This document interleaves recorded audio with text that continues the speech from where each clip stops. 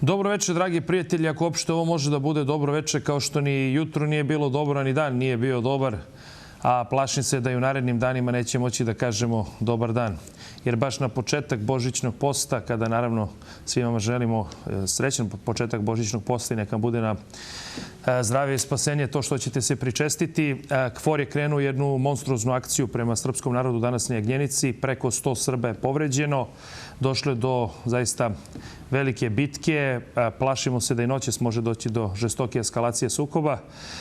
Šta će se naravno dalje dešavati, to ćemo vidjeti, ali meni je potpuno nejasno, obzirom da nam je ministar spoljnih poslova Vuk Jeremić večeras priznao da od statusa kandidata nema ništa 9. decembra. Nije mi onda jasno ovaj Borko Stefanović šta pregovara uopšte u Briselu i zašto ide u Brisel, jer ako nema statusa kandidata, ovakva situacija na Kosmetu, onda šta mi to pregovaramo i oko čega mi to pregovaramo.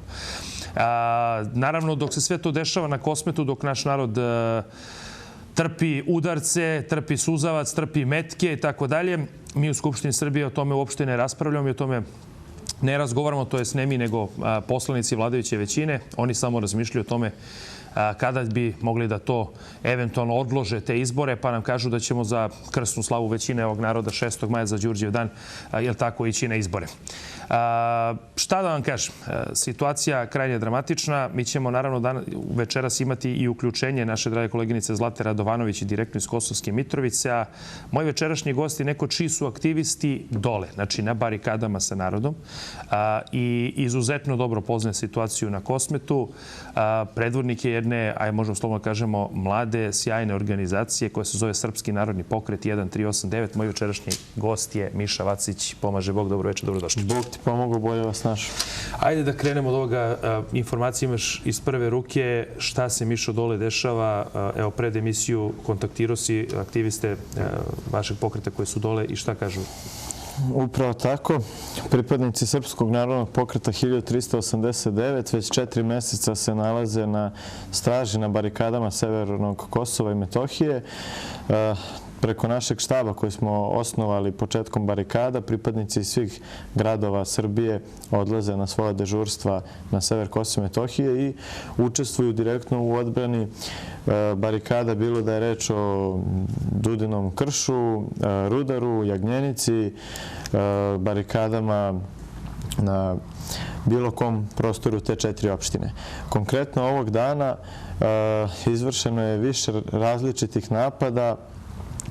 Radi se o jednoj strategiji o kojoj ću kasnije nešto više i reći, NATO pakta koja po prvi put ima dalje planove da zapravo preseče komunikaciju Srba Severno Kosovo i Metohija. Konkretno reč je o napadu koji su izvele nemačke jedinice kontingenta NATO-a, to jest KFOR-a, na prostoru opštine Zubin Potok u mestu Jagnjenica, gde su probili barikade koje su držali lokalni Srbi, gde su bili postavljeni kamioni sa balvanima. Narod je pokušao to da odbrani. NATO vojnici su odgurali narod, usput koristili vodene topove suzavce. Na internetu može da se vidi snimak gde, iako su Srbi u prvi red postavili decu, uzrasta manje od 10 godina, bez obzira na to okupator je nastavio pendrekom da bije iznad glave te dece okupljene Srbe. Ja samo da imamo, KFOR je danas donao odluku da u buduću upotrebljava bojevu municiju. Prema tome, jasno je šta možemo da očekujemo. Mislim da to nije ništa novo, jer setimo se da je pre manje od mjesec dana upotrebljena već jednom bojeva municija od strane pripadnika američkog kontingenta KFOR-a, kada su pripadnici nemačkog kontingenta počeli da ruše alternativne puteve koje su Srbi izgradili kako bi povezali sever Kosova sa ostatkom Srbije, to jest opštinom Raška. I pri rušenju tih puteva građani su pokušali da organizuju odbranu, zaštitu i u tome je jedan vod američke vojske nasumice pucao na okupljene građane i tom prilikom ustreljeno je bojevom municijom 7 Srba, a više desetina je povređeno od strane gumenih metaka suzavca. Tom prilikom je jednom našem pripadniku polomljena noga od strane nemačkih vojnika iz oružja gumenog metka. Čuo sam danas neke informacije, između ostalog,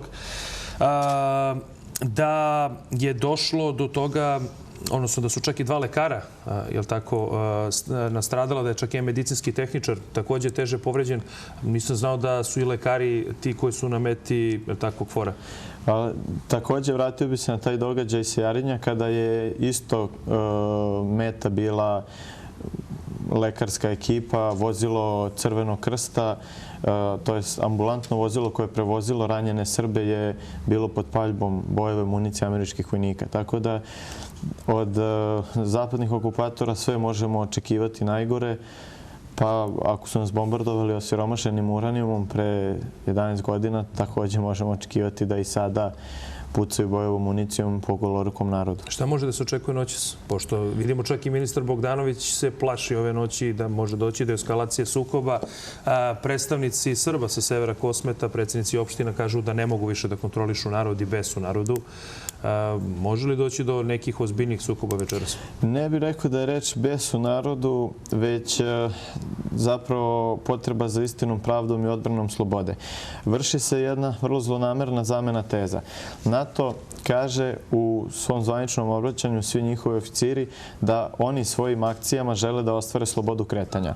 Dok na severu Kosova sloboda kretanja upravo je onemogućena na punktovima koje kontroliše NATO. I Brnjak i Jarinje su izrovani i zatvoreni i tuda ne prolazi saobraćaj. Saobraćaj ide alternativnim putevima koje brani srpske barikade. Znači, zauzimanjem Jagnjenice je presečena sloboda kretanja, magistrala koja je povezivala opštinu Zubin Potok sa ostatkom Severnog Kosova, sa opštinama Zvečan, Kosovska Mitrovica i dalje Leposavić sa ostatkom Srbije. Znači, ovom akcijom oni su izveli prvi deo plana kojim žele da uguše otpor Srba i barikada. To su obaveštajni podaci do kojih su došli naši ljudi sa terena, a reč je o strategiji NATO-a da napadima simultanim, jer kada je krenuo napad na Jagnjenicu, par sati kasnije se konvoj od 30 oklopnih NATO vozila pojavio na Dudinom kršu. To je barikada kod Kosovske Mitrovice, najjužnija tačka srpskih barikada ispod Rudara, kako bi zavarao narod da pojačanje iz Zvečane Kosovske Mitrovice ne stigne ka Zubinom potoku. Tim akcijama koje su danas izveli toku dana i koje se očekuju tokom noći i na danima koji predstoje, NATO želi da odseče Zubin potok kao opštinu koja ima vezu sa Srbijom, sa ostatkom Srbije preko prelaza Brnjak, dok ostale 3 opštine imaju preko Jarinja.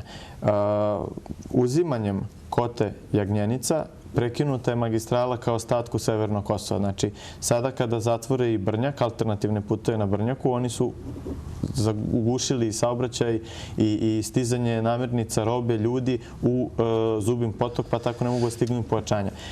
Dalji plan im je da ne idu na Mitrovicu i Zvečan, pošto su to jaka srpska uporišta, tako reći strongholdi gde su i najjače barikade s najvećim brojem ljudi, već da preko Jarinja zatvore Leposavić. I time bi Mitrovicu i Zvečan stavili da sa svih strana budu izolovani od ostatka Srbije, pa da ne može stiže ni pomoć u namirnicama, ni u lekovima, ni u ljudstvu, tako reći ni u informacijama, jer ako bi stavili blokatore za telekomunikacijona sredstva u Zubinom potoku i Leposaviću, sam sever Kosova bi ostao u potpunosti strategiju, zatvoren. a koja je očigledna tako ko poznaje, naravno Kosmet koji je bio dole, zna o čemu se radi.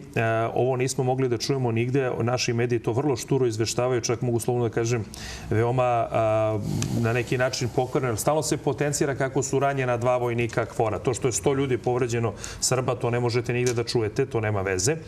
Ali me interesuje sad, bliži se taj 9. decembar, je li tako? I kao to je dan D, mada smo čuli večeras ministra Jeremića, nema ništa od statusa kandidata, ne postoji konsenzus u Europskoj uniji. Plašiš li se da do tog 9. decembra to može da se sad zaista onako intenziviraju sukobi žestoko, ne bi li Srbi zaista te barikade na neki način pustili, onda mi da kažemo, evo sad možemo lepo da pregovaramo, dobit ćemo status kandidata? Mnogo toga je moguće da se dogodi do 9. decembra, prevashodno zato što trenutno je najveći pritisak na Srbe na Kosovu i Metohiji od strane zvaničnog Beograda i institucija koje rukovodi Ministarstvo za Kosovo i Metohiju.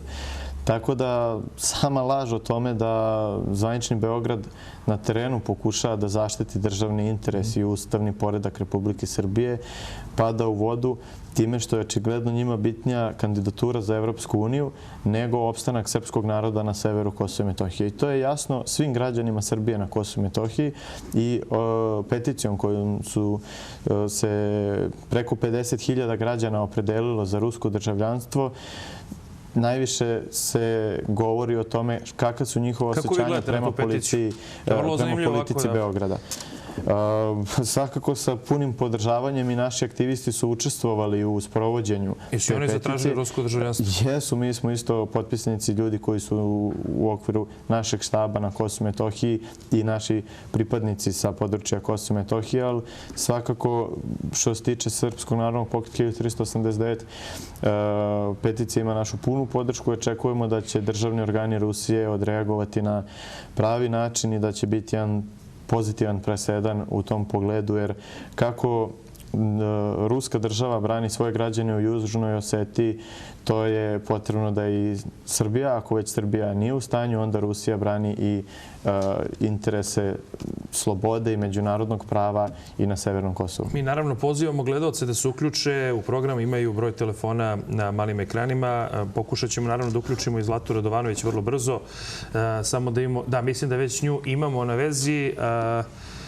Ne, samo da imamo ipak uključenje, tako mi javljaju. Dobro večer. Dobro večer, Vlado. Izvolite. Srba Filipović ovde sa Starog grada. Poštovanje Srba, izvolite. Ja bih da postavim pitanje vašem uvaženom gostu i da ga puno pozdravim. Zanima šta bi on u ovom trenutku, da ima mogućnost da upotrebi sredstva koje država ima svakako, šta bi on preporučio državi da upotrebi? Koje su to sredstva? Na koji način? Da li je to sredstvo sukob neki rasporedi vojske, policije, da se na neki način pokaže sila i ove države, da mi imamo nešto čime možemo da uplašimo tu drugu stranu i na koji način mi možemo da zaštitimo Srbe. Šta on misli? Ja sam izvinjavam, Srba, ako ste još na vezi, složit ćete se da je to zaista danas teško odgovoriti, jer iskreno da budemo, niti znamo s čim ova država raspolaže, niti kakva je strategija ove države uopšte prema Kosmetu, ali... Pa baš me zato zanima kakav je njegov plan, da on ima neku viziju, neku ideju, kako bi država trebala da se ponese u ovom trenutku, da su oni recimo u prilici da donose neke odluke na nivou države. Dobro, evo čuli ste, gospodin Vaciću, doduše vi ste pokret koji je prilično onako sastavljen od mlađih ljudi. Ajde da kažemo, vrela mladalačka krv. Kako bi stvarno vi reagovali u ovoj situaciji? Ovako, pokret 1389 hipotetički uzmimo po pitanju gledalca da je sada vlast. Vodili bismo se svakako onim čime se i trenutno vodimo, a to je sebe prevashodno vidimo kao jedan državotvorni ustavobraniteljski politički pokret. I stoga bi naša strategija za odbranu Ustava Srbije i državnog interesa na teritoriji Kosova i Metohije u ovom slučaju bio isto ono što je strategija i rukovodstva 4 opštine Severno Kosovo i Metohija. To je pasivan, nenasilni otpor. Ako je Gandhi mogao britansku imperiju da baci na kolena... Kažete nenasilni otpor, a za vas se vezuje recimo konkretno za Srpski narodni pokret 1389. Kad god čujemo nešto na televiziji, pa to su nasilnici. Evo čak vas i CIA u ovom nekom izveštaju proglasila da ste klerofašisti, da ste ne znam šta. Ne, CIA je rekla nacionalistički. Da, nacionalistički, tako nekako. A kako se to odjednom kaže miran, pasivan otpor? Jeste to se umili ili je to zaista ste uvijek bili takvi? Ne, od uvek Srpski narodni pokret u svoja dva, među svojim načelima ima i dva načela, a to je nenasilje, a drugo je poštovanje zakonitosti. Kada govorimo o pasivnom otporu, to je glavno političko oružje, znači nenasilan otpor, gde bi mi da imamo instrumente koje ima ova vlast, organizovali bi upravo ono što sada organizujemo, samo u trenutnim našim kapacitetima koji su i tekako skromni jer nemamo institucionalnu podršku i ne učestvujemo ni u jednom segmentu vlasti pa da možemo da na bilo koji način organizujemo to više. Ali ono što trenutno Srpski narodni pokret radi i ne samo sada, već prethodnih 4 meseca, to je organizovanje, odvođenje ljudi na barikade gde učestvuju u zajedničkim akcijama sa kriznim štabom 4 severne opštine i sa civilnom zaštitom. I to bi radili kao državna vlast. Odveli bi sve građane Srbije i kada bi se videlo da su milioni građana, civili, žene, deca na tim barikadama i da država Srbija ni po koju cenu neće da odustane od svog suvereniteta na Kosovu i Metohiji, to bi jasna poruka bila i čelnicima NATO pakta i svim političkim centrima Zapadne Evrope. Moram samo da podsjetim na to da srpski narod ima pravo na svoju odbranu. Evo, citirat ću i Andres Fogh. Ja samo izvinjam, evo ako mi dozvoli, pošto mi imamo Zlatu Radovanović u ovom momentu na vezi. Zlato, da li se čujemo? Čujemo se, dobro večer, Vladan. Dobro večer, naravno i tebi, ako može da bude dobro večer u Kosovskoj Mitrovici u ovom momentu, no evo da nam kažeš neke najnovije informacije šta se trenutno dešava na prostoru Severnog Kosmeta i da li je možda došlo do nekih novih sukoba? Pa što se tiče Jarnjenice koja je danas u žiži interesovanja svih nas ovdje na severu Kosmeta, nema ničeg novog od mog prethodnog uključenja u vesti u 22 sata. Naime, vojnici KFOR-a pod punom ratnom opremom stoje lice u lice sa okupljenim građanima koji stoje inače ovih 4 meseca na barikadama, a danas u nešto većem broju. Oni su, kao što si sa Mišom Vasićem i pomenuo već u ovoj emisiji, a govorili smo o tome i u informativnim emisijama, danas dobili nedvosmisleno odobrenje da koriste bojevu municiju. U jednom momentu su se oglasili i rekli da oni to nikako neće koristiti, ali podučeni ne samo iskustvom cajarenja, nego iskustvom svih ovih 12 godina koliko se KFOR nalazi na teritoriji Kosova i Metohije, znamo da je vrlo neizvesno šta se noćas može da se dogodi. Pa to, Zlato, želim da te pitam to noćas šta može da se dogodi, pošto i ministar Bogdanović je čak dao jednu najavu da bi možda moglo doći noćas do sukoba. Imaš nekakvih informacija da li KFOR zaista planira da napadne barikadu na Rudaru, kao što je to ministar sam saopštio, i naravno da li je narod spreman? Da li se čujemo? Narod ne može da bude spreman u tom smislu što je narod nenaoružan i pokušava da na miran način iskaže svoj protest i odbrani svoje nacionalne interese, ali interese cele države Srbije, tako da ne može da bude spreman na tešku mehanizaciju koju posjeduje KFOR. Što se tiče ministra Bogdanovića, ja ne sumnjam previše u njegove procene, samo sam iznenađena što ne traži od državnog rukovodstva čiji je deo i sam da nešto konkretno urade i da se postignu neki sporazumi i dogovori sa KFOR-om, a ne samo da se iznese neka zabrinutost, Bože moj, za narod koji se nalazi na barikadama.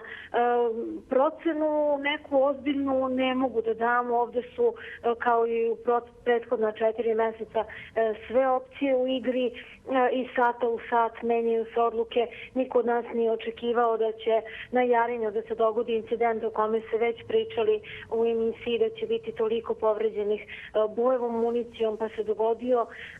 Znamo, eto, opet podučeni iskustvom od ovih 4 meseca, da KFOR razbijanje barikada najčešće počinje ili u kasnim večernjim ili u ranim jutarnjim časovima, tako da mislim da će ova noć za sve nas na celoj teritoriji Severnog Kosmeta, ali verujem i ostatka južne srpske pokrajine, ostati neprospavane i da će sve oči biti uprte u naše sunarodnike u Zubinom potoku, odnosno Ibarskom Kolašinu, a na njima je da noćas izdrže, jer ukoliko oni popuste, bojim se da će KFOR zauzeti jednu za drugom barikadom, da će ostavljati sve manji broj ljudi, njihovih vojnika na položajima koje zauzmu, a da će nastaviti širom teritorije Kosova i Metohije, odnosno severa, da razbija barikade, da pokuša da oceca srpske državljane i građane Srbije, srpske nacionalnosti u svoje matične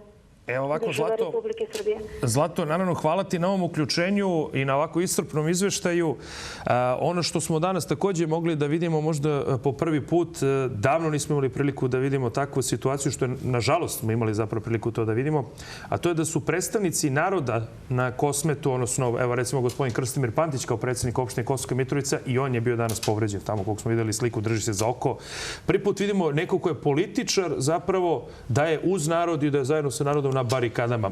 To odavno nismo imali priliku da vidimo nigde. Pa ja bih ti ispravio jer protekle 4 meseca predsjednici Kosovske Mitrovice, Zvečana i Zubinog Potoka su svo vreme uz narod. To su opozicioni predsjednici opština i stvarno su uz narod, znači naši pripadnici koji su tu sa terena. Ja sam više puta obilazio barikade Severnog Kosova. Smo videli da za razliku od beogradskih političara i ostalih su u svoj narod i verujem da s te strane je unešena jedna nova praksa, ali nažalost trenutno samo na teritoriji Severnog Kosova i Metohije. Ono što sam krenuo malo čas prejavljenja Zlate da kažem, čak Andreas Fogh Rasmussen, koji je generalni sekretar NATO pakta, je u svom autorskom tekstu u čuvenom političkom časopisu Foreign Affairs imao jednu rečenicu gde je rekao, kaže, odbrana jeste i mora biti prerogativ suverenih nacija. Tako da... A ne poštuje to sad kad imaju Srbije to pravo, tako? Kada je reč o Srbima, tog prava nema. Dok generalni sekretar NATO pakta očigledno smatra da možda Srbi nisu suverena nacija. A vezano za uopšte celokupnu problematiku Kosova i Metohije, mislim da je rešenje jasno. Problem je nastao 26. jula kada su jednostranim potezom Prištine dovedeni prištinski carinici, kvazi nezavisne mafijaške republike. Iskreno, prema što uključimo gledalca, plašiš li se ovih pregovora što vodi Borko Stefanović? Znaš li uopšte o čemu se vodi? Ja tu svakog gosta pitam, znate li o čemu se uopšte radi? Šta oni pregovaraju i šta ćemo mi to tako da doživimo? Oni pregovaraju da na način izokola priznaju zapravo u suštini nezavisnost Kosova, a da to zvanično ne bude tako. Jer to su neki dvostruki rešenja. Ja sam detaljno pratio i izučavao sve što je izašlo i u jučerašnjoj politici baš ima navedeno kako je bilo, kako će biti sad nakon tih pregovora, što je vlada usvojila. A kad je to vlada usvojila? To je dobro pitanje što niko nema pojma šta je vlada usvojila. Da, tamo je navedeno. Sad zanimljivo je oko tih diploma. To je jedan totalni apsurd. Mi imamo Prištinski univerzitet koji je privremeno izmešten u Kosovsku Mitrovicu, Zvečan, Zubin Potok, Leposavić. Znači na teritoriju Severnog Kosova i Metohije. I Tačijeva vlada je pokrenula u Prištini neki divlji, njihov šiptarski... Navodni fakultet. I sad u tim pregovorima je dogovoreno da neće baš moći diplome koje na svom delu imaju grb Kosova i piše Republika Kosovo biti priznate, ali će moći posebna specifikacija koju će izdavati međunarodni organi na Kosovu i Metohiji biti kao zamena za diplomu divljeg Tačijevog univerziteta, da onda šiptari ili drugi ljudi koji završe taj fakultet mogu da se zaposle u Srbiji. Nije šije nego vrat. Dobro večer. Dobro večer, Vlado. Izvolite. Saša, ovdje iz Zemuna, veliki pozdrav za tebe i za tvog gosta. Hvala, izvolite. Pratim danas cijel dan ovo što se dešava i što je Miša pomenuo, pratim i ove snimke što dolaze sa Kosova. Nažalost, možemo mi gledati samo putem interneta, nikako drugačije. Inače, televizija zatvorila sve, samo nam sličice neke daje. Ono što je baš čudno, to je da je najveći taj udarac na srpski narod dole sprovodi baš nemački deo KFOR-a. I konstantno ti neki pregovori koji naši vode dešavaju se baš u tom momentu kad su najviše ti Nemci aktivni dole na Kosovu. A Borko Stefanović, kako si rekao, s kim on pregovara i zašto pregovara, pa Ali evo postavljam jedno logično pitanje. Da li bi vi mogli to da mi odgovorite? Ako već nećemo dobiti status kandidata kao što je to Vuk Jeremić večera saopštio zvanično, zašto mi onda pregovara? Nama su rekli da su ti pregovori zapravo da bismo dobili status kandidata. Šta mi pregovaramo i zbog čega mi to pregovaramo onda kad nema statusa? Koja je logika onda? O čemu pregovaramo, nego jednostavno vode se neki pregovori, ali u suštini Priština dobija čak i ono što nije ni tražilo od tog Borka Stefanovića. To je ono što sve nas najviše zabrinjava. Mislim, pregovori se vode zbog navodnog ulaska u Evropsku uniju, a video si najverovatnije izjavu onog engleskog poslanika u Evropskoj uniji kada je rekao zašto je osnovana Evropska unija uopšte, da Nemačka više nikad ne bi mogla da kontroliše Evropu. A gde smo mi sada? Nama Nemci, ona Angela Merkel kontroliše bukvalno sve. Ona nam odlučuje, ona nam postavlja uslove, ona sve. Nemci nam ubijaju ljude dole. A mi toliko hrlimo u tu Evropsku uniju koja, kako si sam pomenuo, samo što se nije raspala, samo od sebe. Pa dobro, sad, da li će se, hvala naravno uključenju, da mi ne ispravljamo krive drine svetske, da li će ona da se raspane, ne, ali vi ste kao pokret, gospodine Vaciću, izraziti protivnici ulaska Srbije u Evropsku uniju i to javno ističete, imate sve te silne kampanje. A sad mnogi će vas pitati zašto kao mladi ljudi, niste za budućnost ove države da zemlja bude prosto u Evropskoj uniji. To sam vidio da smo postavljali pitanje, recimo onom insajderu na B92. Pa me interesuje zašto ste toki protivnici ulaska Srbije u Evropsku uniju? Mi smo protivnici ulaska Srbije u Evropsku uniju upravo iz razloga zato što želimo da građani Srbije žive u jednoj srećnoj zemlji, u zemlji koja će biti zaposlena, gde će proizvodnja rasti iz dana u dan, gde će ljudi uživati sve slobode i svoja prava, a ne biti potlačeni nekim multinacionalnim kompanijama bez ponosa, dostojanstva, bez sopstvenog identiteta, tradicije. Iz Evropske unije, kao što vidimo, pored sankcije iz 90-ih i NATO bombardovanja 99.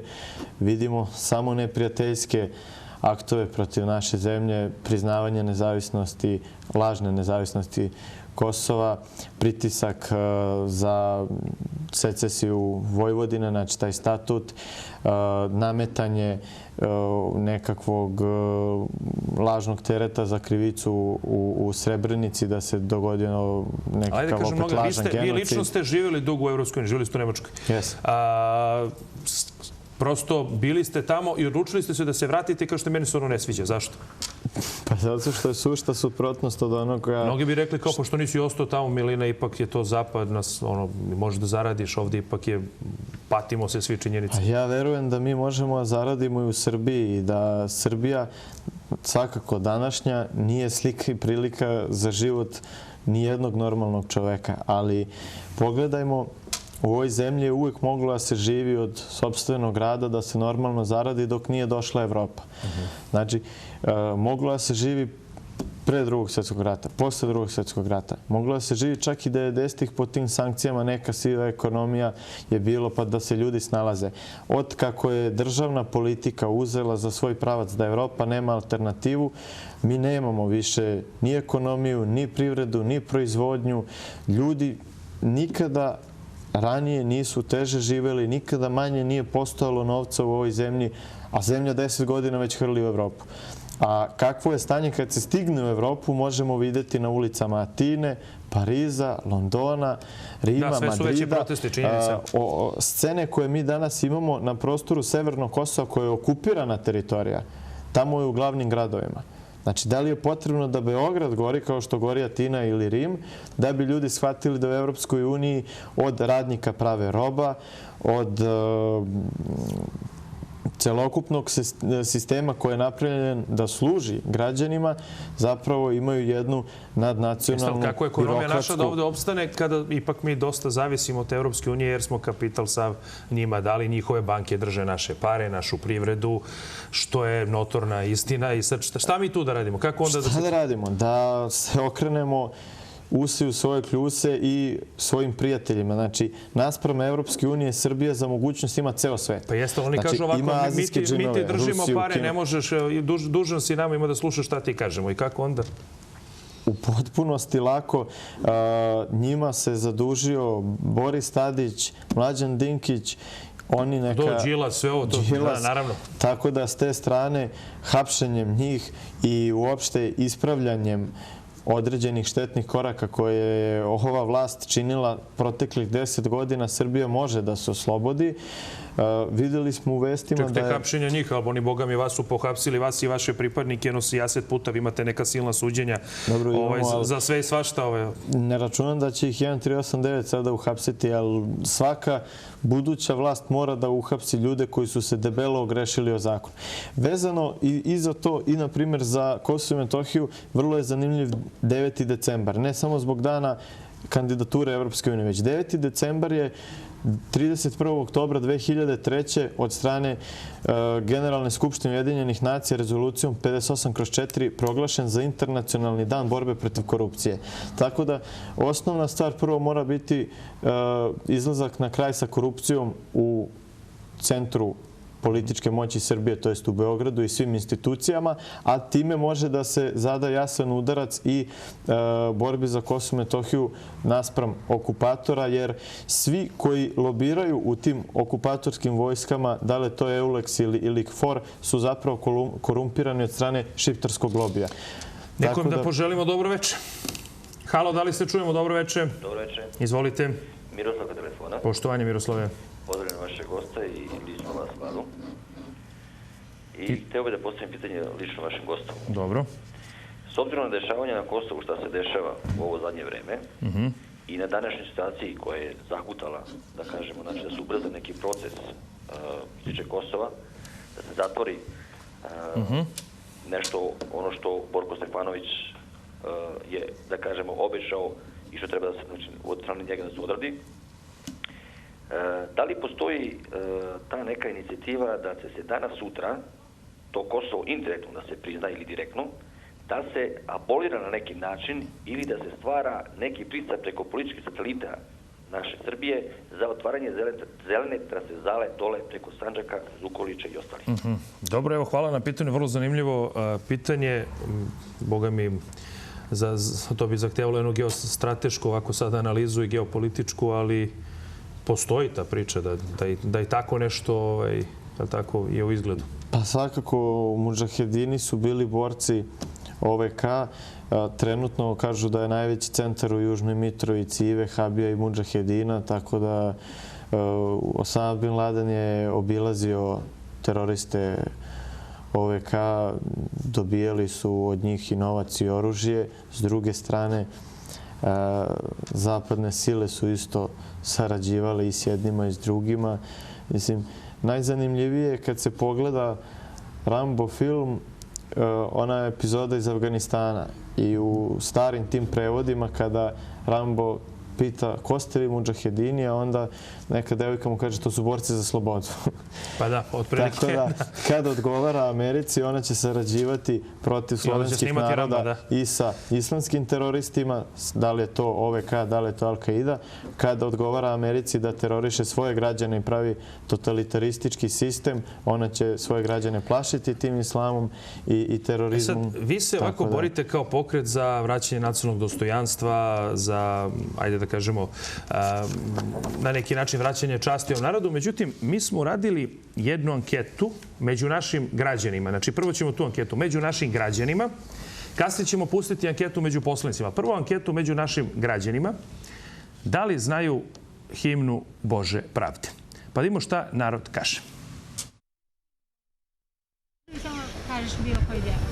Bože pravde, ti što spase od propasti dosad nas. Čuj osad naše glasi i od sad nam budi spas. Ne znam. A vi? Ne znam. Bože pravde, ti što spase od propasti dosad nas, čuj osad naše glasi i od sad nam budi spas. Moćnom rukom vodi brani od budućnosti srpske brod. Bože spasi, Bože hrani srpske zemlje, srpski brod. Ja sam još uvijek na staroj varijanti himne Hej Sloveniji, tako da u novu još nisam upućena. A ne mogu sad. A ne, znam, imao sam neka, pokušavao sam da je napišem, da je naučim. Prepisao sam je bio. Pa nemam pojma, nisam naučio baš do kraja, ali bar sam pokušao. Himnu Bože pravde. Ne. Ne. Bože pravde, ti što spasi od propasti dosad nas, čuj ti odsad naše glasi i do sad nam budi spas.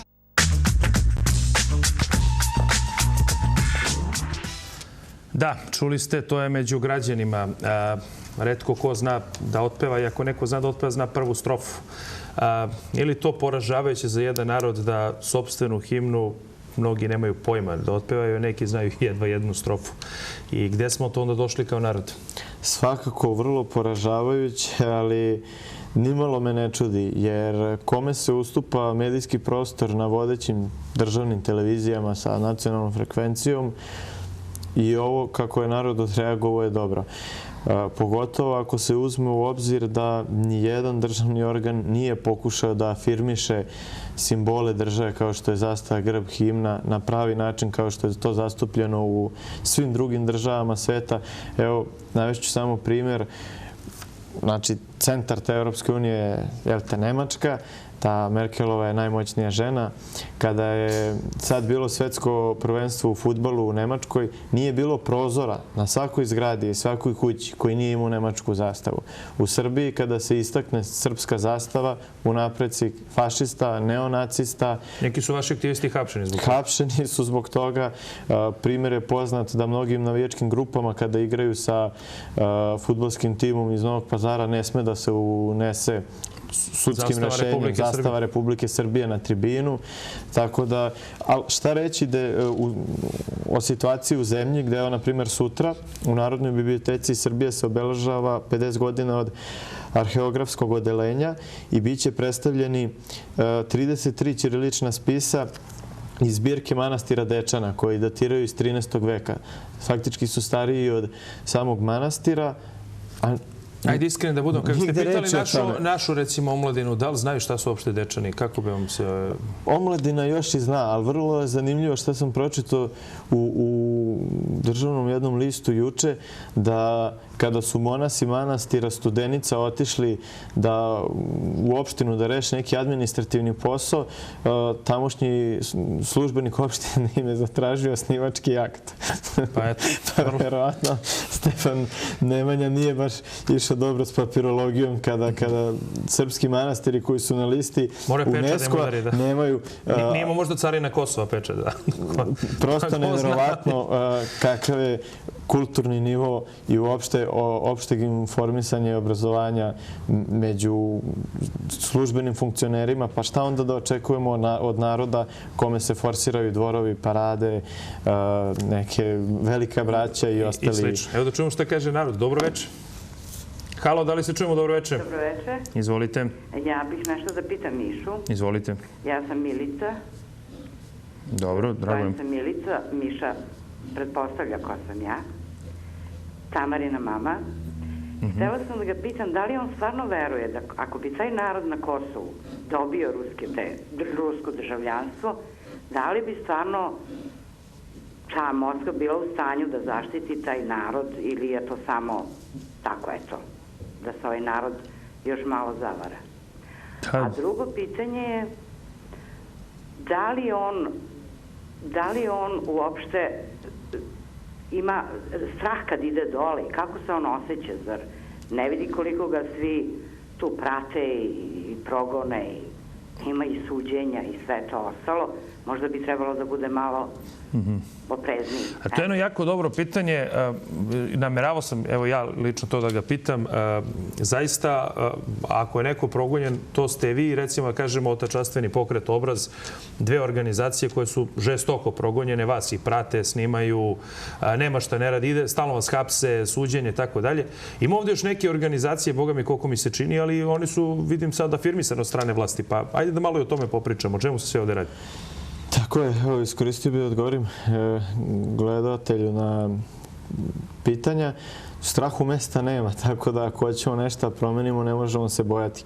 Konkretno, za moje odlaske na Kosovo i Metohiju više se puta MUP potrudio da me spreči u tome, pa su presretali i autobuse i rekli Mišo, ne može, imamo komandu iz Beograda s vrha da ne smeš da uđeš na teritoriju Kosova i Metohije, ali ja sam iz naroda koji ima hajdučku tradiciju i ulazio sam bez obzira šta ljudi iz MUP-a žele. Oni mogu sebi samo da upravljaju živote, slobodnim ljudima ne. Tako da to je jasna i razlika između nas i tih drugih. jer mi svoju slobodu plaćamo i zatvorima i prebijanjima. Bila je situacija kada su nam u policijskoj stanici Palilula nakon mitinga, to jest faktički pre mitinga za ovog protiv hapšenja Ratka Mladića, davili ljude, prebijali, pa su čak neki policajci suspendovani zbog prekomerne upotrebe sile, zbog torture, da su davili ljude koji nisu imali ličnu kartu. Zaista je bilo strašno, maloletnike su tukli, to je jezivo nešto. Jer su uhapšeni sat vremena pre početka zvaničnog protesta. I to je nešto što imamo mi, što ima problem od Časni pokret Obraz, da je Mladena su osudili na 2 godine, sad ima suđenje još jednu za rasnu diskriminaciju. Ja imam suđenje za diskriminaciju pedera zbog parade iz 2009. Pa su mi na to karikirali posed ilegalnog oružja za koje ja uopšte ne znam. Pa ujedno su onda dodali nakon 15. od počinjanja suđenja su ponovo pokrenuli suđenje iz početka i sad će biti 5. decembra sljedeći pretres, gde su mi proširili optužnicu za još jednu tačku, a to je napad na policiju. Postoji na internetu video snimak. Meni je žao što taj snimak nisam dodao kada tebe policajac bije i davite iz čista mira, bacate na haubu automobila i sve ono čini, a ispalo je ti napao njega. Ispalo je da sam ja napao njega i valjda svojom glavom polomio njima brisač i onda tako svojom glavom držao taj brisač i njih isekao. I to je jedna realnost koju mladi nacionalisti ovdje imaju, ali ne mislim da je samo kroz naš primjer to prikazano, već evo 240 godina za momke grobare faktički ni zbog čega, dok sa druge strane imamo jasnu situaciju da su neki privilegovani, da za uzvrat, pošto se bore za svoje srpske ciljeve, kako oni to kažu, umjesto hapšenja i suđenja i prebijanja, oni dobijaju od režima bilborde po Srbiji, dobijaju da im određene agencije koje se bave tim poslom plakatiraju celu Srbiju s njihovim plakatima i da ne bude zabune, tu konkretno mislim na Dveri. Na organizaciju koja je odlična za salonski vid nacionalizma i da održava tribine. Ali da uđe u političku arenu na tako... Čekajte, oni se kandiduju na izborima. Vidim da su sad već raspodijeli bilbordi. Gde hoće. Novac koji dobijaju od režima nije dovoljno jer potrebno je i poverenje građana. A ne znam kako bilo ko može, ko se pokazao kao kukavica, dobije poverenje građana. Podsjetit ću na samo 2010. godinu i svakome ko drži do sebe i svog dostojanstva bit će dovoljno, a to je da su, kada je bila 2010. silom nametnuto održavanje gej parade od strane režima, nacionalne organizacije su formirale jak blok. Prvi put se 50-ak organizacija sakupilo iza jednog saopštenja koje smo sastavili mi i ljudi iz Dveri. Tih dana smo održavali stalne sastanke vrh organizacije koje ja pripadam i organizacije Dveri, gde smo ugovarali da mora da se ide po svaku cenu na sprečavanje tog nakaradnog skupa 10. oktobra, da bi oni 10 dana faktički pred sam skup rekli imamo izlaznu strategiju, znači to ih citiram, ne sme se izaći 10. na ulicu, mi ćemo pravimo skup 9. jer mora da Srbija ima za koga glasa, jer tada će se dogoditi nova Sablja i sve one svoje reči koje su sami izrekli da pozivaju građane da se izađe 10. su pogazili.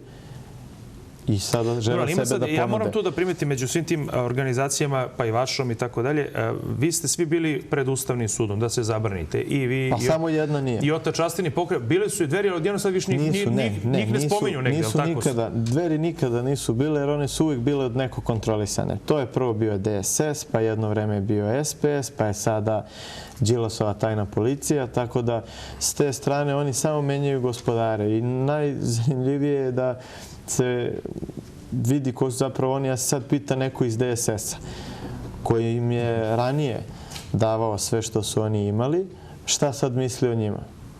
I tu će se videti ko su zapravo Dveri, jer DSS koji milione iz budžeta davao Dverima, kako sada mišljenje ima kad su prešli na Đilasove jasle.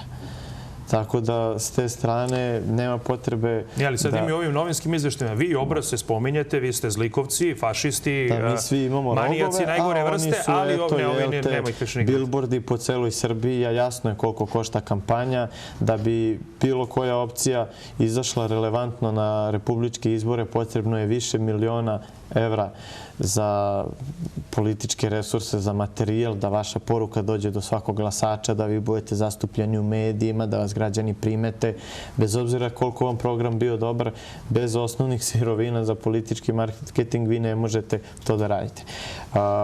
Mi i druge organizacije se već dugo godina bavimo ovim poslom i nikada nismo bili u situaciji da možemo ravnopravno sa političkim partijama da učestvujemo u kampanjama, jer jasno, političke partije dobijaju svoja sredstva iz budžeta Srbije. Znači, svaka partija koja učestvuje... Možete vi da osnivate partiju? Znam da ste bili na nekoj fazi osnivanja, ali teško osnovati partiju? Vrlo je teško. Birokratski je napravljen jedan otežan postupak gde gotovo je nemoguće bez postojeće partijske infrastrukture da se napravi nova partija.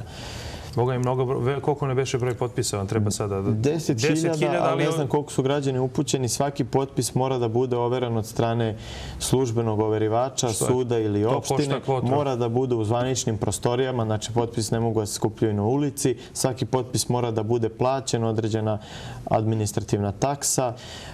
Za svaki potpis mora da se izvedi uverenje o upisu biračkog spiska tog potpisnika. Svaki potpis ide u 3 primjerka.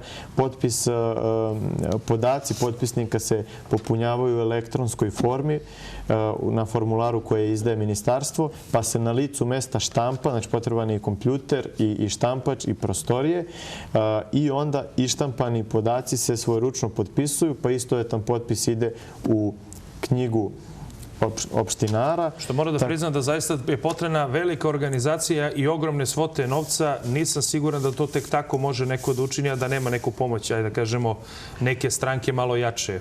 Tako da, ajde da budemo iskreni. Mi verujemo u svoju ideju, verujemo u svoju snagu u narodu i verujemo da ćemo to do kraja završiti, ali hoću da kažem, upoznajući se sa svim tim stvarima već 7 godina, radeći to i znajući, ja znam da SNP 1389 na području Beograda ima više stotina mladih ljudi koji vezani ideologijom i snagom vođeni ideje mučki rade na terenu, lepe te plakate danonoćno i vrlo se žrtvuju za sve to.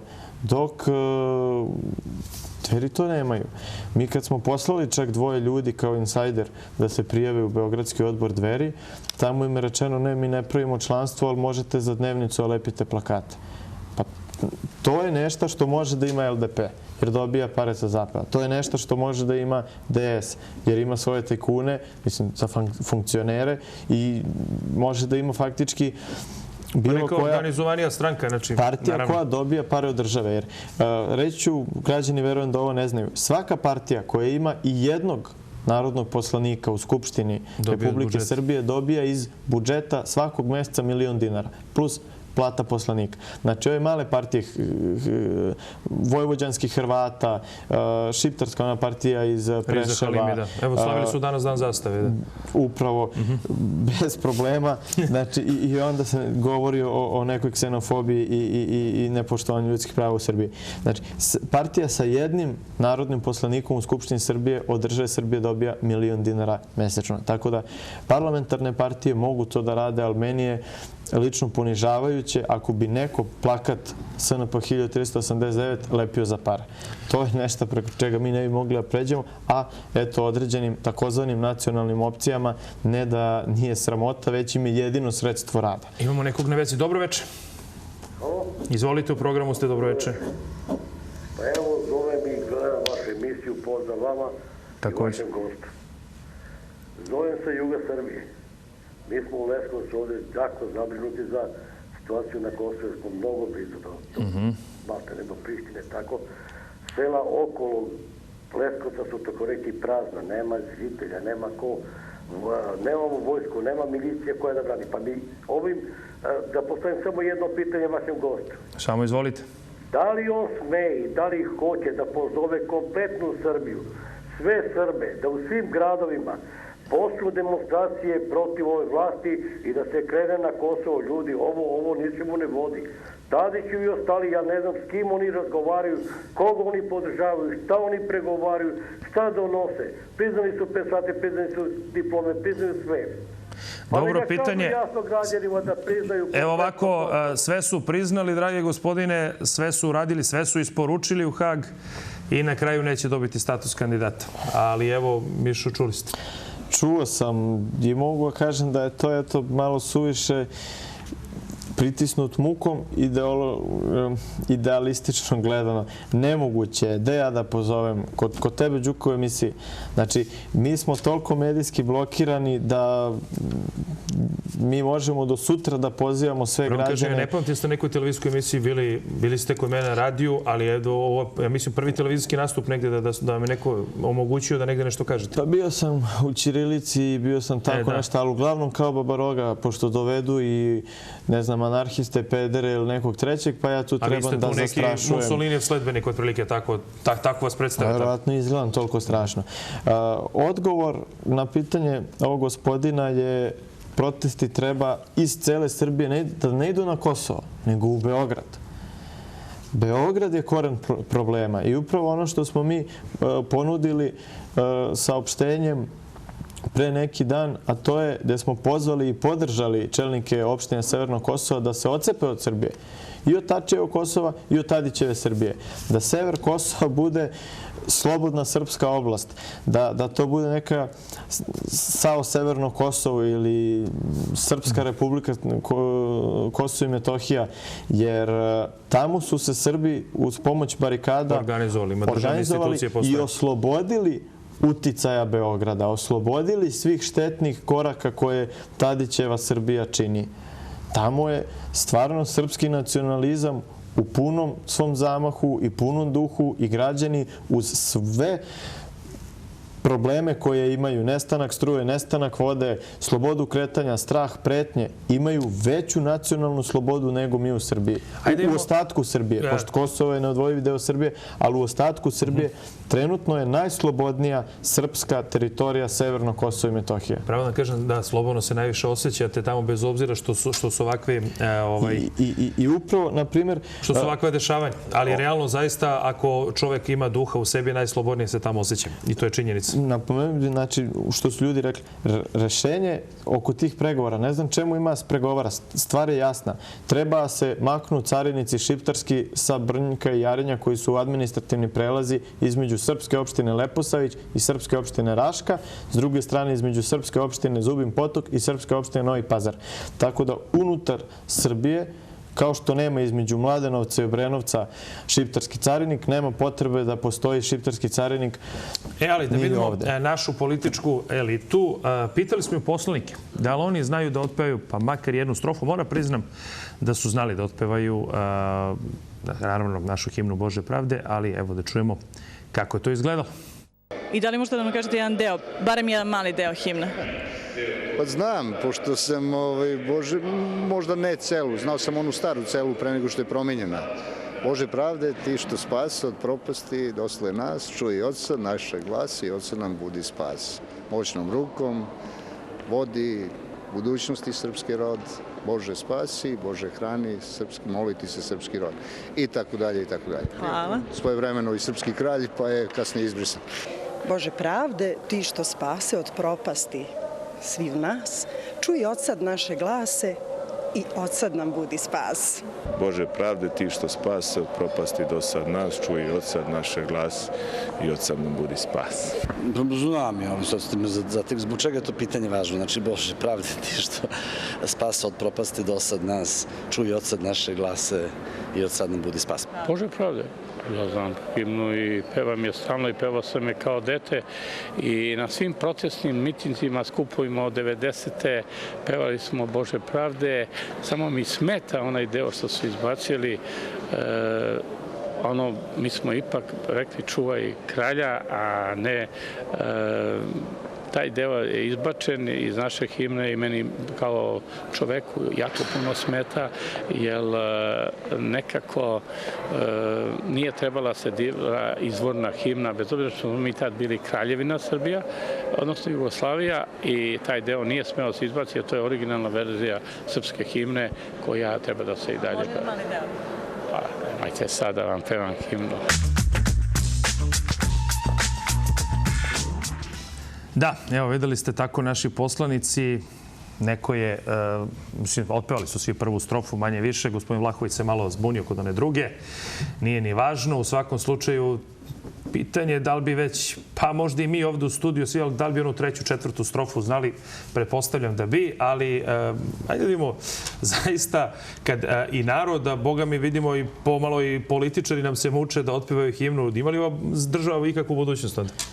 Država ima budućnost, na prvom mjestu ta budućnost je u omladini ove države, a rešenje za ovakve stvari i ovu bruku, slobodno ću tako nazvati, je u jednom obliku institucionalne kontrole koje ranije postoji u ustavima Poljske i Austrije, a zvao se jemstvo patriotizma, gdje je svaki vladini državni činovnik morao da pred dobijanje svoje funkcije položi jemstvo patriotizma kako bi uopšte i mogao da službuje toj zemlji. Što u našoj državi verujem da bi 95% svih činovnika i funkcionera u startu bilo diskvalifikovano. Tako da toliko o samim tim rukovodiocima i narodnim predstavnicima. Da, imamo nekog na vezi. Dobro večer. Dobro večer, poštovanje vama i vašem gostu. Ništa manje, izvolite. Pa evo, ja bih kratko samo poslao moju punu podršku našim Srbima na Kosovu i Metohiji koji danas prolaze kroz izuzetno težak period svojih života, ali za razliku od ljudi koji vrše vlast u ovoj zemlji, oni i dalje imaju svoje dostojanstvo i dalje znaju šta su naši nacionalni interesi i spremni su da to brane i svoje. Pa evo, dok mi ovo pričamo, nadamo se da se ništa ne dešava drastičnije, ali mi ovdje razgovaramo, oni nas i gledaju, a pitanje je koliko zaista ljudi ovdje u Srbiji iskreno misle na njih dole. Pa evo, šta da ti kažem, ja sam razgovarajući sa mnogim komšijama ovdje po Zemunu u toku dana vezano za sve ove događaje, kod ljudi video ogorčenje. Video to da jednostavno ogorčeni su i iz razloga što nemaju više i nemaju preciznijih i kvalitetnijih informacija i o samom toku pregovora koje ova vlada vodi, kao da ih vodi tako da ih krije od sopstvenog naroda. Pa to i radi, to je činjenica. To radi, to je činjenica i onda nas zasipaju nekim drugim temama. Danas se Skupština izjašnjava o nekim amandmanima tamo o zakonu o rehabilitaciji, što nije da je nebitna tema, ali ne može ništa biti bitnije od ugroženih pripadnika srpskog naroda danas na Kosovu i Metohiji. A udruženja građana i različiti pokreti poput 1389 ne mogu da dobiju medijski prostor i pažnju u zemlji u kojoj kontrolu nad medijima vrše opet pripadnici stranaka koje vrše vlast, konkretno Demokratske stranke, Dragan Đilas i njemu bliski ljudi. I znači jednostavno mi imamo situaciju gdje koliko god da je društvo degradirano, što se vidi u sportu, što se vidi u svemu što nas okružuje, znači jednostavno ne možemo da se o tome, ne mogu ljudi o tome da vide ništa na našim televizijama i da čuju na radio stanicama, već jednostavno zatupljuju ih i zaglupljuju koje kakvim svadbama 48 sati i ne znam šta, da ne nabrajam sve te emisije koje možemo... Evo, hvala naravno što ste se uključili. Ja sam ubeđen 100% garantujem da je ovo večeras jedina emisija koja razgovara o našem narodu na Kosovu i Metohiji, da ni na jednoj drugoj televiziji ne postoji ni jedna emisija, posebno na radio televiziji Srbije koju mi plaćamo iz našeg džepa, nema šanse da tu nešto vidite. Kako komentarišete medijsku scenu u ovoj državi i na što vam liče i naši mediji? Pa, vrlo je zanimljivo ono što je izveštaj ove Agencije za borbu protiv korupcije izneo da u Srbiji postoji medijski monopol i da su mediji... Verica Barać, inače, konkretno najviše iznosila. Ona je rekla da su mediji direktno pod kontrolom Đilasa, Krstića i Šapera, što je prosto nevjerovatno. Svo troje su funkcioneri i bliski prijatelji Borisa Tadića, funkcioneri DS-a. Tako da mislim da nigde u svetu nije takva situacija po pitanju neslobode medija kao što je u našoj državi. Ali to je odlika stanja u zemlji i mislim da bez obzira na to mi možemo i moramo da se izborimo. a kako, kada promenom ove vlasti će doći do promena svega drugog. Vašu organizaciju uredno karakterišu kao da je fašistička, da se vi zalažete bezmalo za hitlerovske ideje, da ste ultranacionalisti, da ste išli sad, ne znam, u Poljsku, da ste se tamo sa poljskim fašistima zapravo borili protiv policije. Vi ste ovde označeni kao najgori zlikovci, sledbenici Trećeg rajha u pravom smislu reči i vi ne možete nigde da se opravdate da prosto niste to. Ja vas lično znam i sa fakulteta i znam da ste potpuno normalan momak i da ste iskreni rodoljub, ali u ovoj državi za vas izgleda nema mesta da budete normalni, nego morate ovako da budete označeni. Ovako. Srpski narodni pokret 1389 je antifašistička organizacija, slobodarska organizacija, znači srpskih rodoljuba nacionalista. Srpski rodoljub se borio protiv okupatora. Okupator je ovdje bio nacista i fašista. Tako da srpski nacionalisti danas nikako ne mogu biti fašisti. To kako nas medije etiketiraju, to je upravo iz razloga zato što znaju ko smo i šta smo. Ja sam lično imao prilike da razgovaram i sa gospodinom Veranom Matićem i sa gospodinom Tijanićem, gdje smo, sa Veranom je bila tribina kada su na Kvarno snimili film o nama Vrela krv i na tribini su nas predstavili opet kao neku babarogu, ali našim nastupom na njoj i onome što smo izneli smo razobličili celokupnu tu masku i razbili te njihove lažne etikete da smo fašisti, da je usto čak Veran Matić iz publike i rekao, pa da, vi morate da više učestvujete u emisijama i da pokažete građanima da niste, kako vas doživljavaju i kako ste pogrešno predstavljeni. I tu je dao vizit kartu. Nakon toga 6 meseci nismo izašli ni kao fusnota u vestima. Znači, bila je apsolutna blokada. Onda sam imao jedan sastanak sa Tijanićem koji je prenet u drugom dnevniku RTS-a, gde on rekao da zapravo 75% naših aktivnosti RTS prenosio, da smo mi zastupljeni na sve. To je bilo 2008. godine. Jedan sastanak je bio 2009. drugi je bio 2008. I nakon toga isto nismo izašli više nigde. Znači, kad god su nas lično ti glavni urednici pohvalili, za nas je nastupila apsolutna medijska blokada. Dakle, nekom uopšte ideja može da bude da bilo kog u Srbiji označi da je sledbenik fašizma. Mislim, toliko je naš narod izginuo od tog fašizma i od nacizma, ali ovdje se uredno bilo koja rodoljubiva organizacija poje proglasi, evo ih, to su neki novi Hitler, Jugendi. To je sistem držite lopova. Znači, onaj ko je totalitarista i ko guši slobodu, nacionalni identitet, zabranjuje nacionalizam, rodoljublje, ljubav prema sopstvenom narodu i naciji. To je odlika mračnih totalitarnih ideologija fašizma i on onda kako ne bi sam bio karakterisan kao fašista, one koji nisu fašisti zove fašiste. Znači, najglasniji u imenovanju nas kao fašiste je Nenad Čanak. Čovek koji bi vešao slobu, čovek koji je gazio tablu Srbije i RTS-a, čovek koji ima u svojoj kancelariji portret s njegovom slikom, koji je istovetan portretu koji ima Adolf Hitler, gde je na konju sa barjakom u gvozdenom oklopu. To je Tadićev koalicioni partner, budući sada na izborima to. Da, i prethodnih godina. Pa dobro, sad je javno opet rekao će zajedno da ljudi koji su zapravo oličenje u političkom kontekstu šta znači totalitarizam i gušenje ljudskih sloboda i gušenje slobode bilo kakvog izbora i same slobode kao pojma. Evo, srpski narod je danas najugroženiji na Kosovu i Metohiji. Zašto ti vajni slobodari i samozvani antifašisti ne reaguju povodom toga? A kako tamo su Srbi kriminalci i fašisti, a ovo su slobodioci što su došli tamo svim puškama i to? Zato upravo navešću 9. novembra Srpski narodni pokret 1389 je otišao na grob Milice Rakić. 9. novembar je Svetski dan borbe protiv fašizma, kada je obeležavanje holokausta. To je međunarodni dan u sećanja na jevrejske žrtve. Mi Srbi imamo svoje srpske žrtve i obišli smo grob Milice Rakić kao simbol srpskog stradanja od fašista. NATO pakt je totalitarna, antislobodarska, antinacionalna organizacija koja je našem narodu uradila isto ono što su SS divizije radile pre 60 godina.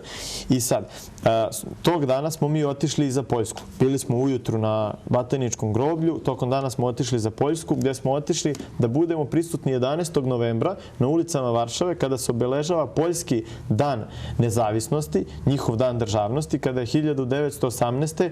Poljska država izvojevala svoju slobodu baš oslobađajući se nemačke čizme.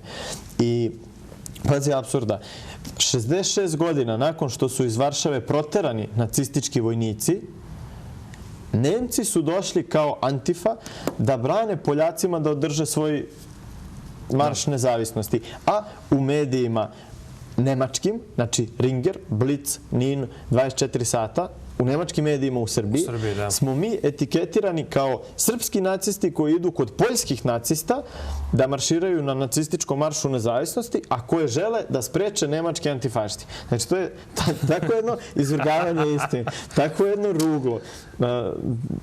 Ja mislim da nijednom građaninu nije potrebno objašnjavati da ni Srbi ni Poljak ne mogu biti nacisti ili neonacisti, jer smo mi narodi koji smo stradali od toga, a da Nemac koji nas se onda pre 60 godina istrebljivao sistematski u gasnim logorima i komorama i samo tome, i srpski narod i poljski narod isto to radi danas kroz NATO pakt i kroz te takozvane antifašističke organizacije, Antife, koje evo mi imamo kao eksponenta od Dečanka, oni imaju tamo neke njihove liberale, a kao konačni produkt vidimo gušenje ljudskih prava, slobode kretanja i svih ostalih prava koje srpski narod doživljava na Kosovu i Metohiji, jer Srbi u Republici Srpskoj dobro znaju šta je Europska unija i međunarodne zajednice, Srbi na Kosovu i Metohiji. U Republici Srpskoj ćemo posebno, pošto nas i tamo također gledaju, ali evo da uključimo neko na vezi malo duže čeka, izvinjavamo se. Dobro večer.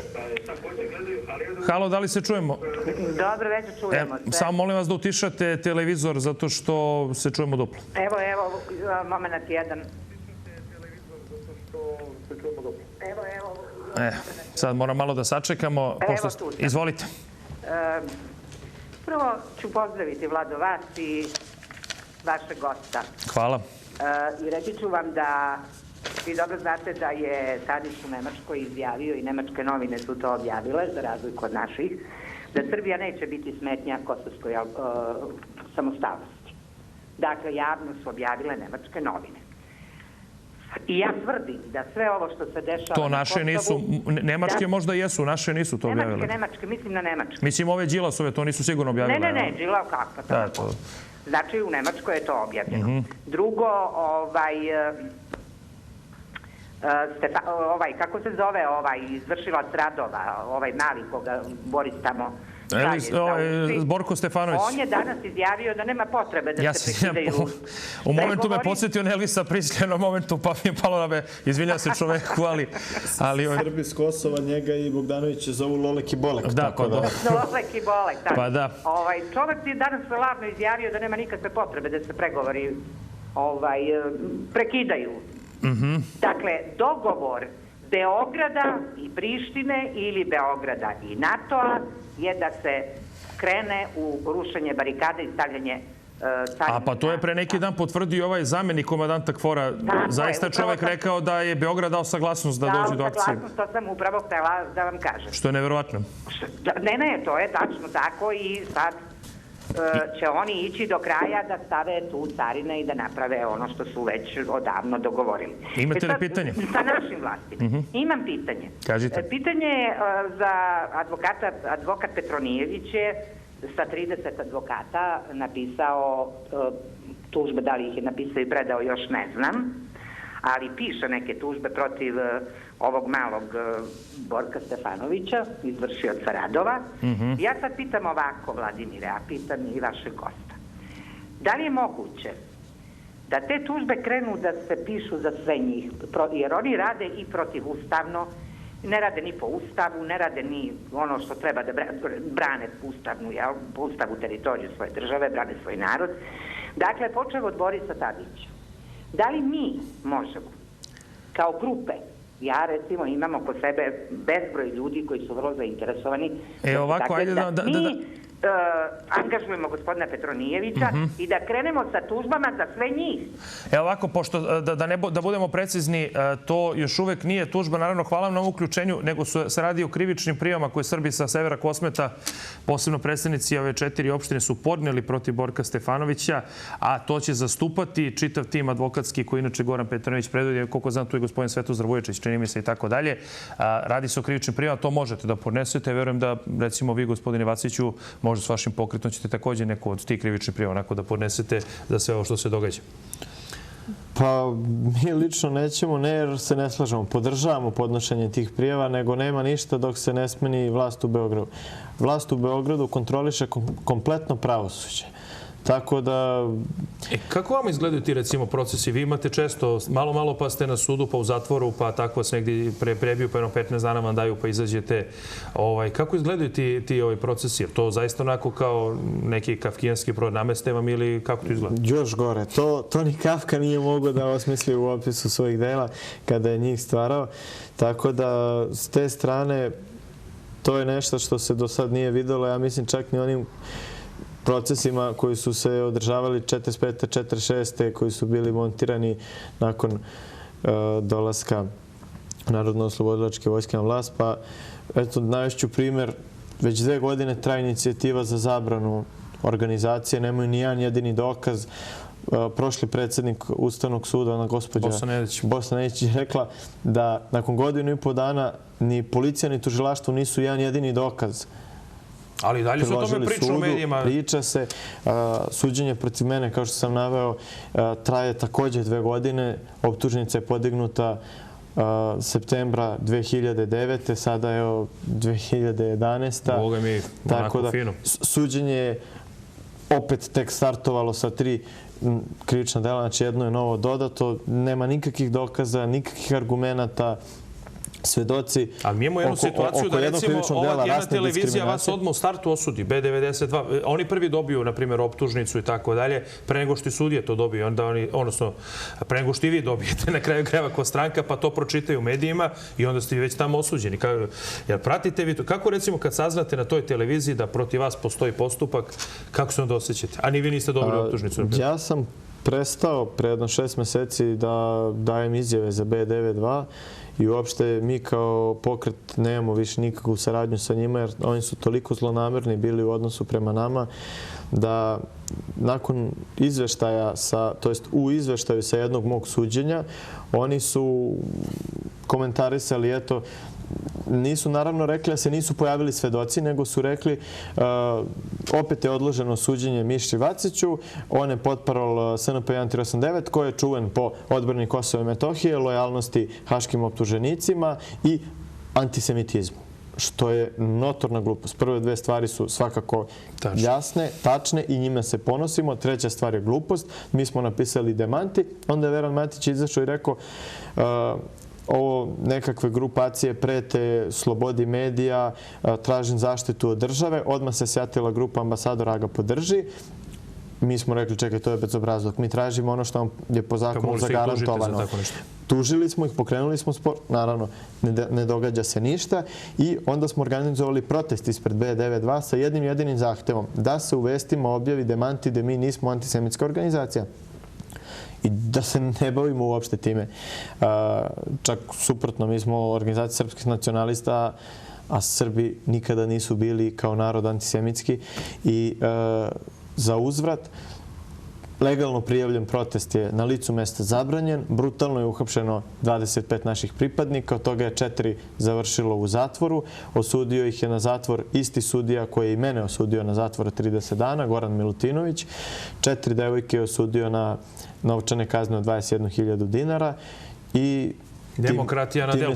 Mislim da imamo na vezi samo nekog, kako mi javljaju iz režije, iz Kosovske Mitrovice, uključenje. Dobro veče. Dobro veče. Jel sam u pravu? Da li je... Da, Kosovska Mitrovica. Pozdrav za sve vas u Kosovskoj Mitrovici. Izvolite. Pa hteo bih da pozdravim vas. Hvala. Vašeg gosta. I čini mi se da smo mi iz Kosovske Mitrovice otkačeni od Srbije. Mislite da vas je vlast otkačila onako? Pa vidi se po ovoj situaciji. Od zadnjih 10 dana nismo imali struje. To ovdje niko ne spominje. Evo, to se priča non stop, kažem vam. Nemamo struje, nemamo vode. Snabdevanje je teško. Šta se trenutno dešava? Je li napeto? Pa napeto je čitav dan. Čitav dan hitna pomoć iz Zubinog potoka dovozi ranjenike. Kako bolnice, ili imaju kapaciteta? Mogu li da te ljude... Da, imaju. Sve je spremno. Šta noćas očekujete? Pa bit će dosta napeto, hladno je, narod se skuplja, ali kažem vam, Dobro, evo, hvala vam makar i na ovome što ste se uključili i što nas gledate. Hvala i vama što ste se vi jedini setili od svih televizija da nam... Pa eto, drago nam je, mislim, nije nam drago što smo se jedini setili, ali drago nam je da vi gledate dole i pozdrav zaista za sve vas na barikadama. Pozdravi za vas. Hvala vama, evo, čuli ste. Ja zaista, evo, retko kad možemo ovo da čujemo da nema struje. Ja to čujem svaki dan jer sam u vezi sa našim... Da, pa dobro, naravno, mi koji imamo kontakt sa ljudima, ali ne možete da čujete u našim medijima dole nema struje, da recimo ljudi se smrzavaju.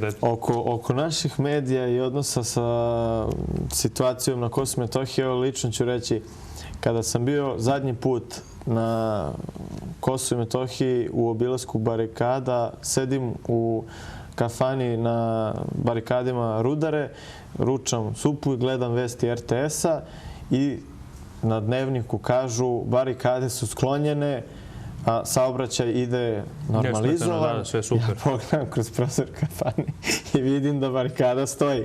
Tako da od tad sam prestao da pratim stanje na Kosovu i Metohiji preko RTS-a ili bilo kog drugog državnog glasila. Nekaj to se počelo, čak nisu imali zeštača dole. Informišem se na internetu i to bi preporučio da svim građanima koji su zainteresovani o situaciji na Kosovu i Metohiji se informišu na internetu. Ima ove društvene mreže, Bogu hvala, ide izveštavanje. Mediji serviraju ono što odgovara političkom štabu Borisa Tadića, a to je da su barikade čas sklonjene, nesklonjene, pa onda imam situaciju da vidim veliko razočarenje među mladima u Beogradu koji su nacionalisti, ne znam, iz navijačkih grupa, drugih organizacija i kažu, pa eto vidi, mi želimo da se borimo, a oni sad su sklonili barikade. Ja okrenem ove naše iz štaba, jesu sklonjene? Nisu sklonjene. Pa kako nisu? Ja gledam na RTS-u. Znači, zvanični mediji prezentuju ono što je politika Beograda, a ne ono što je realna situacija na Kosovu i Metohiji. Dobro, ali nekako čini mi se da Srbi i na Kosmetu sve više uviđaju da nekako ta politika Beograda i ove predstavnika kosovskih Albanaca, odnosno, kako ovde vole kažu Prištine, da je to nekako jednako, da tu nema neke preterane razlike. To smo videli ovom peticijom za rusko državljanstvo. To smo videli inicijativom da će se raspisati referendum o odcepljenju. Tako da, s te strane, uopšte se ne dovodi u pitanje kad imaju iste gazde. Dobro, ali kad je to tako, u čime onda ovaj Borko Stefanović pregovara? Kad tamo ljudi njega neće da vide, kad dođe na barikadu, hoće da ga oteraju odmah? Lično sam bio prisutan kada su se zadnji put pojavili na Rudaru, da su bili okruženi i on i Bogdanović sa preko 50 telohranitelja, da ih je narod hvatao za guše, revere. I to je bilo pre 3,5 mjeseca. Znači, od onda do danas on se ne pojavljuje na samim barikadama u Zvečanu i Mitrovici. Tako da dođu do Leposavića i to je domet njihovog kretanja. Sve mimo toga narod želi da ih u najmanju ruku linčuje, a to je znači stav građana Srbije sa Kosovom i Metohiji prema pregovorima koje vodi zvanična vlast. Približavamo se polako kraju. Doneli ste ovde nešto vezano za, pretpostavljam, akcije neke vaše, samo da imamo o čemu se radi, pa možete da je pokažete. Reč je o kampanji koju ćemo narednih nedelja voditi, a to je slika i prikaz trenutnog stanja u zemlji i ono što mi svakako želimo da se promeni i zbog toga imamo nameru da se još aktivnije politički angažujemo. Ovo je nekako zaista najviše upečatljivo. Pa i prethodne dve, mislim, nije potrebno komentarisati da mi nemamo predsjednika, već imamo jednu marionetu, da mi nemamo vladu, već imamo cirkus koji se sastaje na telefonskim sednicama ili se ne sastaje, da narodni poslanici nisu predstavnici naroda, već poslušnici određenih interesnih grupa. Sve to prati i ova ekonomska odlika koja građane Srbije pretvara u doslovno robove. Tako da, i pred završetak, eto, imam jedan poklončić za tebe, a to je jedna sveska koju smo mi napravili, pa ti kao novinar verujem da će ti trebati, pošto ima jasnu i političku konotaciju, a Poleđina je svakako još zanimljivija I eto, to ti je... Hvala. Elen, kad smo kod Vladimira Putina, danas, odnosno juče, čime se bio je kongres Jedinstvene Rusije, odavde je samo Toma Nikolić bio od političara. Putin se opet kandiduje za predsjednika. Vi imate odličnu saradnju, čini mi se, sa njihovom organizacijom omladinskom. Imamo sa više ruskih omladinskih organizacija. Imamo i sa kako će proći tamo izbori? Pratite? Pa verujem da ruski narod će opet potvrditi želju za svojom slobodom i odabrati Vladimira Putina za ponovnog predsjednika Ruske federacije. Znači, nakon što je već bio, pa ga je Medvedev smenio, pa sad opet Putin da bude. I to je jedna figura koja je, mogu eto reći, na Kosovu i Metohiji među Srbima najomiljeniji čovjek na stalno slike njegove drže tamo. Nema srpske kuće, prodavnice ili bilo kakvog ugostiteljskog objekta da nema Putinove slike. Tako da Putin... A ovo je neka poruka na engleskom, Vladimir Putin is watching you. To NATO paktu verovatno poručujete? Ne, našim ovim marionetama NATO pakta, a i NATO paktu. Tim grafitima je, sećate se, pre par godina bio obeležen Beograd. Da, tako da to je nešto što smo kada je Biden dolazio, sad ne znam da li ovdje ima poruka iza dotičnog. Da, evo, Biden go home. To je kada je Biden bio u posjeti Srbiji, pa smo malo skrenuli pažnju vlastodržcima da ne mogu da sede na dve stolice, već da se opredele ili za slobodu Srbije, to je savez sa Rusijom, ili za pokoravanje Srbije. Evo za sam kraj da uključimo još nekoga, pošto je na vezi. Dobro večer. Dobro večer, gospodine Vladimir. Izvolite. Pozdrav vama i gostu. Prvo poručujem svim našim Srbima, za mene deci i unučićima na Kosovu, na barikadama i ženama, normalno sve to tamo uključeno, da istraju, da se bore i molim sve slušalce, sve ljubitelje srpstva i borbe za Kosovo, da se molimo dnevno, bar 10 molitva možemo, može svaki čovjek da obavi, jer ovo je sada zaista biti ili ne biti. Dobro, evo, hvala vam. Javljam se, čekajte Vlado moment. Nemamo mnogo vremena, ja bih vas zaista zamolio. Samo pa najvažnije ovo je bi bilo uvertira. Kažite. Da li vi sad ne može svi da pratite, da znate koliko se menjaju voditelji novinari jutarnjeg programa RTS-a, televizije B, koji iznašaju, Beogradska hronika Rada Đurić, koji iznašaju teške slike uopšte o državi, o stanju, o životu, o nezaposlenosti, o gladi, o narodnim kuhinjama. Baš Rada Đurić je obradila u istom danu 2 slučaja jednog dečaka, negde dole prema jugu, koji živi u zabiti nekoj, u ničemu, otprilike nakon reportaža tipa Branka Stankovića. Pa dobro, evo... Jednog momka, studenta 3. godine mašinstva Nišlija je, koji je i pored... Evo ovako da vam nešto kažem, pošto mi zaista moramo da prekidamo polako, zato što emisija nam se bliži kraju, probićemo termine. Da, lepo je to što oni rade, samo što većina tih novinara, da budemo potpuno pošteni, su ili na plaćnom spisku sadašnje vlasti, ili su neki društveno-politički radnici, ali eto, jadne zemlje gde o narodnih kuhinja moramo da se hvalimo. Gospodine Vaciću, bukvalno smo na samom kraju. Šta poručiti našem narodu na Kosovu i Metohiji, šta možemo očekivati u narednom periodu i neke aktivnosti Srpskog narodnog pokreta 1389, ako možemo što kraće? Evo što kraće. Možemo očekivati, kao što je Njegoš rekao, neka bude što bit ne može, neka bude borba neprestana. Aktivnosti naše će biti, kao što sam pokazao na ovim plakatima, bit će tu i mnogo drugih poruka. Trudit ćemo se da budimo nacionalnu svest, da pripremimo javnost Srbije za izbore, da oni koji su tvrda opcija ne podlegnu propagandi Đilasovih malih, već da se odaberu za iskrenu rodoljubivu opciju. I svakako, evo, jedna inicijativa mi je sad pala na pamet. Nakon 9. decembra, kada propadne priča o kandidaturi Evropske unije, nešto što svi mogu da urade, a to je simbolično 10. decembra, jer 10. decembar je još 1948.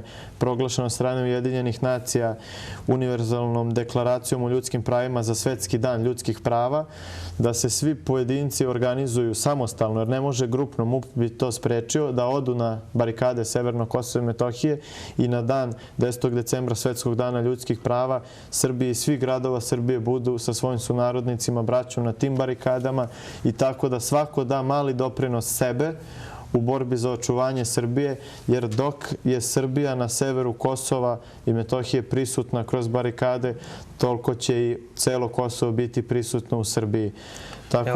Ja moram da vam se naravno zahvalim, a vas sve da podsjetim da, pošto je gospodin Jeremić večeras priznao da nećemo dobiti status kandidata, samo vas podsjetim da su nam u aprilu, tada kada je Srpska napredna stranka organizovala onaj veliki miting, pa nisu dali izbore samo iz razloga zato što bi to ugrozilo naš evropski put.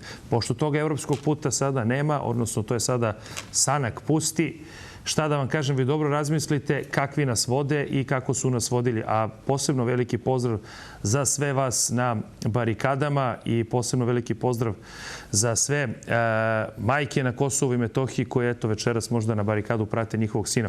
Vi naravno koji ste ranije, neka su vam srećne rane i brzo da se oporavite. Šta da vam kažem, laku noć i neka naravno pre svega noć bude mirna na Kosovu i Metohiji.